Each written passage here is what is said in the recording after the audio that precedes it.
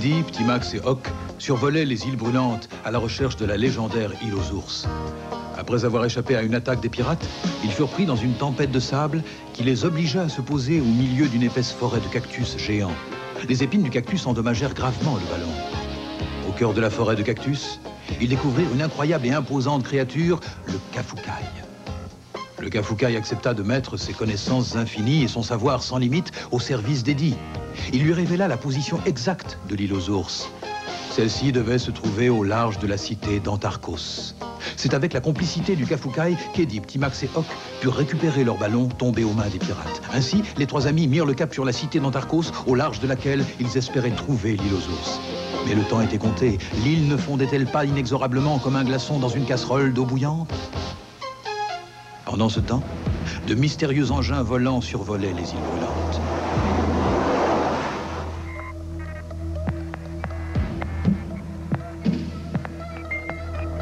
Commandeur à équipier, il faut trouver le zeppelin noir de ces forbans de pirates. À vous. Équipier à commandeur, pas de pirates en vue. Un ballon survole le désert des 1001 dunes. Faut-il le descendre? Je répète, faut-il le descendre? Abattez ce ballon ridicule, ça nous fera de l'entraînement.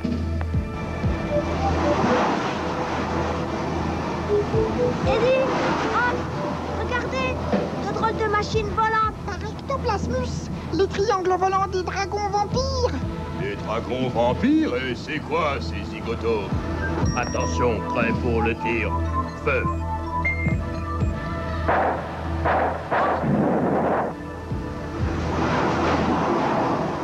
Il ne s'agirait pas de rater une seconde fois une cible aussi facile.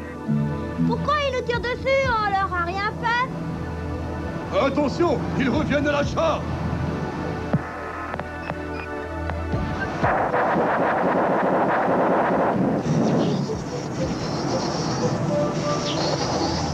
Eddie, ils nous ont touchés! Le ballon est percé, cramponne-toi bien, Petit Max!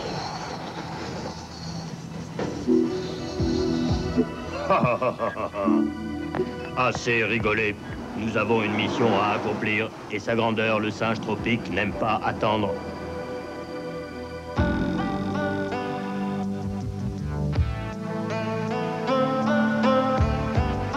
Pourquoi ils nous ont fait ça, Hock? Les dragons vampires ne sont que haine et destruction. Ils sont comme leur maître, le faiseur de temps des terres obscures. L'immonde singe tropique.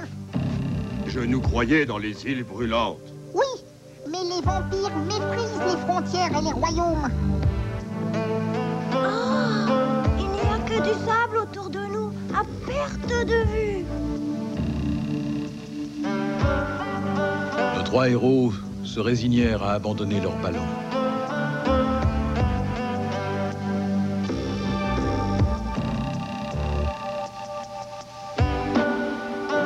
Ils s'aventurèrent ainsi dans le désert en direction d'Antarcos. Pendant des jours et des jours, ils marchèrent sur le sable brûlant du désert des 1001 dunes.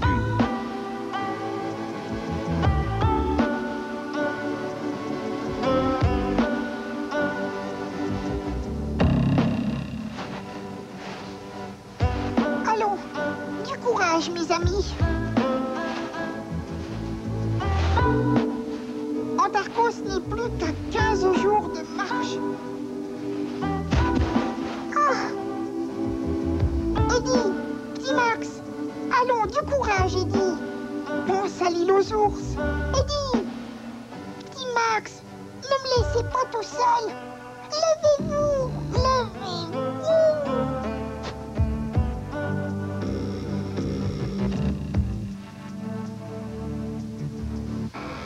Eddie, Petit Max, regardez, nous sommes sauvés.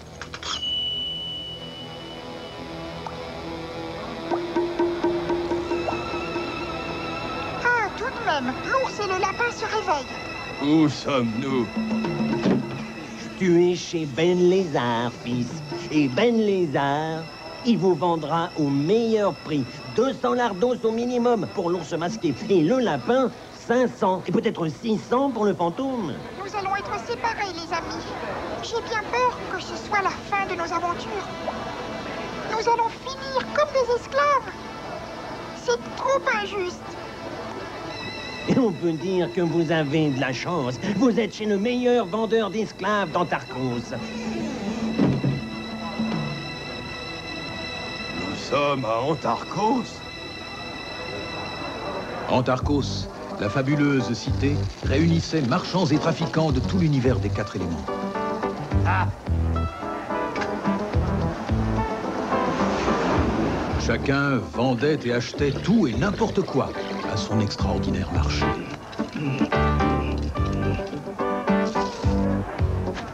Alors, chef, il nous faut 35 kilos de mélasse, 54 boulets, 28 mètres de boudin bien gras et une boîte de rustine à ballon.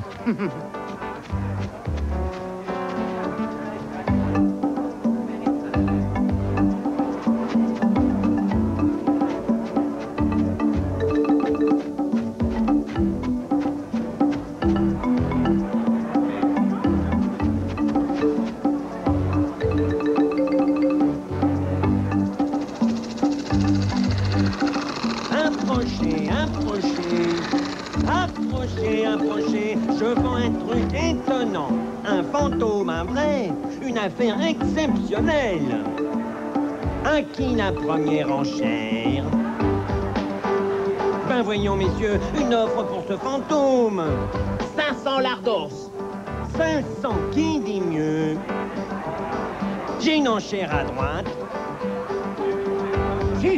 600 lardons derrière pour ce fantôme. 600 lardons. Chef, je le reconnais. C'est votre fantôme.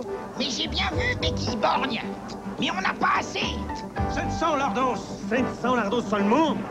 700 lardos, mais c'est donné. 700 lardos pour le fantôme. 800 lardos. 800 lardos, c'est bien. 1000 lardos. 1000 lardos. 1000 lardos une fois. 1000 lardos deux fois. 2 lardos. Ben ça alors, qui c'est celui-là? Oui, qui c'est?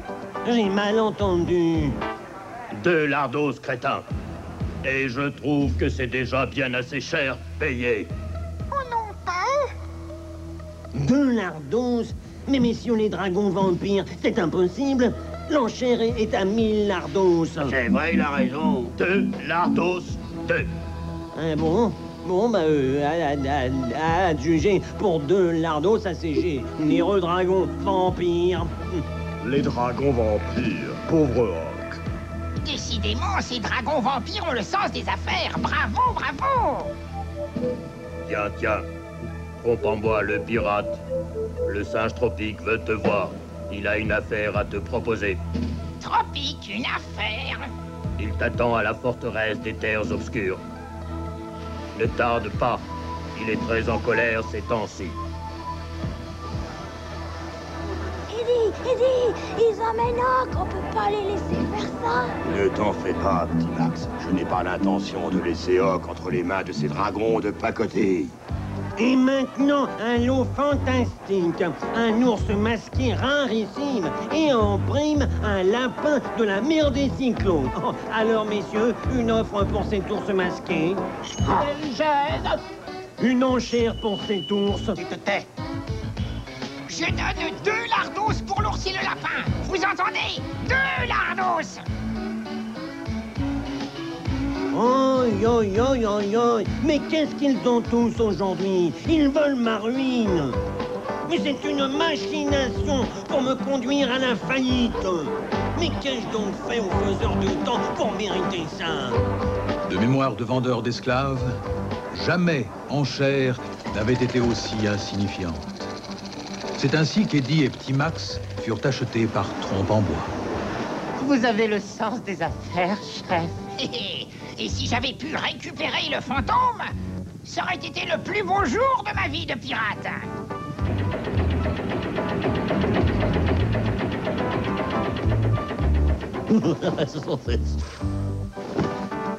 Foi le baron Rose. Il n'est pas dit que je laisserai mes amis entre les mains de ces voleurs.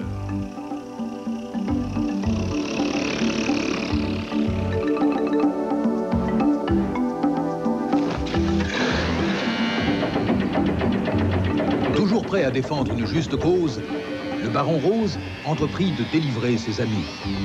Il se lança à la poursuite du zeppelin noir des pirates. L'univers des 4 éléments leur réservait encore d'incroyables surprises. L'aventure tissait sa toile de rencontres, de périls et de mystères. Déjà à l'horizon apparaissait la jungle impénétrable des terres obscures.